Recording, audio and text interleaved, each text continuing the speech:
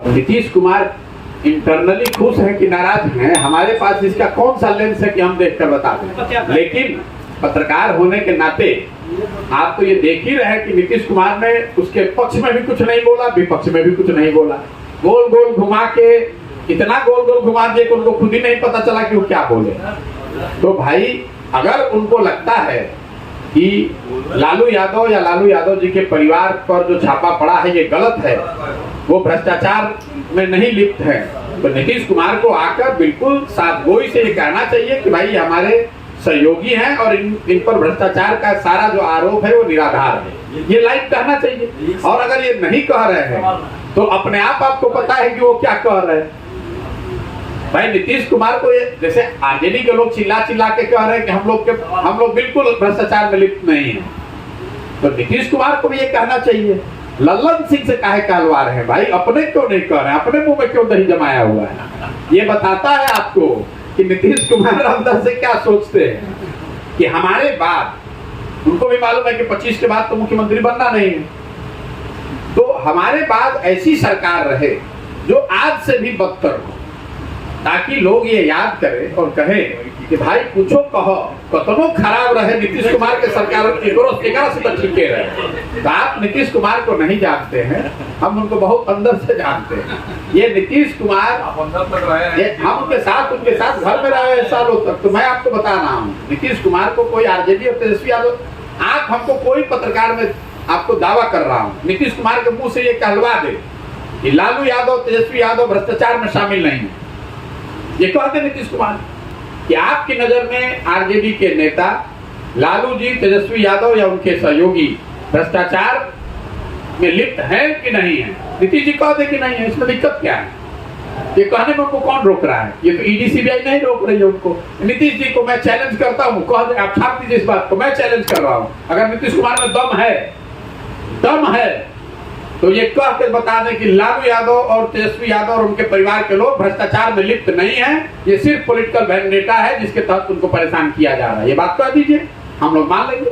तो आप सरकार से पूछने के बजाय हमसे पूछ रहे हैं कि आप योजना क्यों बनवा रहे हैं। और मान लीजिए कि अगर हमारी गलती भी है तो उसको सुधारने का प्रयास भी मैं ही कर रहा हूँ, आप तो नहीं कर रहे हैं, दूसरा कोई यहाँ नहीं कर रहा है। मैं ही आकर गाँव जा रहा हूँ, मैं ही लोगों को जगाने समझाने, उनको बेहतर बनाने का प्रयास कर रहा हूँ।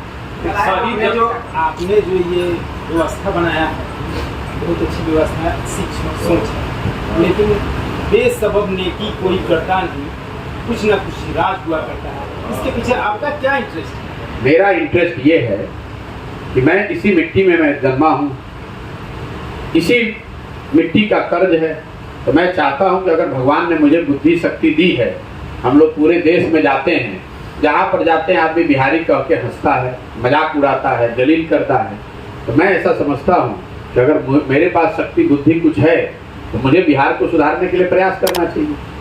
इंटरेस्ट यही है कि अपने जीवन काल में बिहार को सुधारने का प्रयास करें। अगर आप उसमें और मटेरियल इंटरेस्ट देखना चाहते हैं तो इंटरेस्ट ये है कि जो आदमी भी बिहार को सुधारेगा वो तो इतिहास के पन्नों में उसका नाम दर्ज होगा, वो मेरा इंटरेस्ट है। 500 रुपया लेकर मुखिया जी को वोट दीजिएगा और फिर ये अपेक्षा रखिएगा कि मुखिया जी आकर ईमानदारी से काम करें, तो संभव नहीं है। तो सबसे पहले सही लोगों का चुनाव, समाज के स्तर पर ये जागृति आना कि हमें सही लोगों को चुनना है। दूसरा जो प्रयास है जन भागीदारी।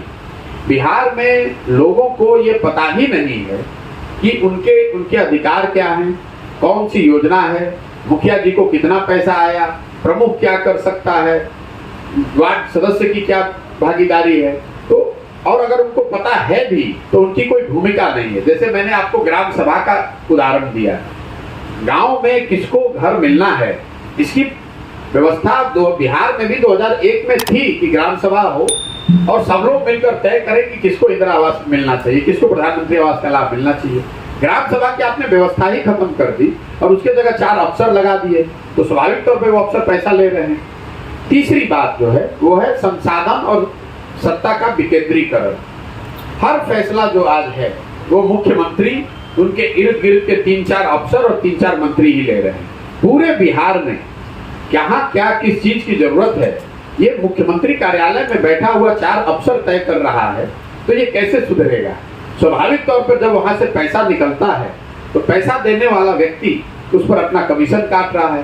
जो मुखिया जी लोग से आप बात कीजिए या जो भी जनप्रतिनिधि हैं, वो ये बता रहे हैं कि कोई भी पैसा ऐसा नहीं है जिसमें आपको 20% 25% कमीशन नहीं देना है। तो तीसरा है सत्ता और संसाधन का विकेंद्रीकरण। हम लोग ये कह रहे हैं कि पंचायती राज की व्यवस्था में जो परिकल्पना की गई थी कि 1/3 विकास का राशि चुने हुए जनप्रतिनिधि पंचायती राज के जो हैं उनके माध्यम से खर्च होना चाहिए, वो चीज व्यवस्था लागू होनी चाहिए और जनता की बड़े स्तर पर भागीदारी होनी चाहिए। अब आप ये कह सकते हैं कि भाई जो पंचायती राज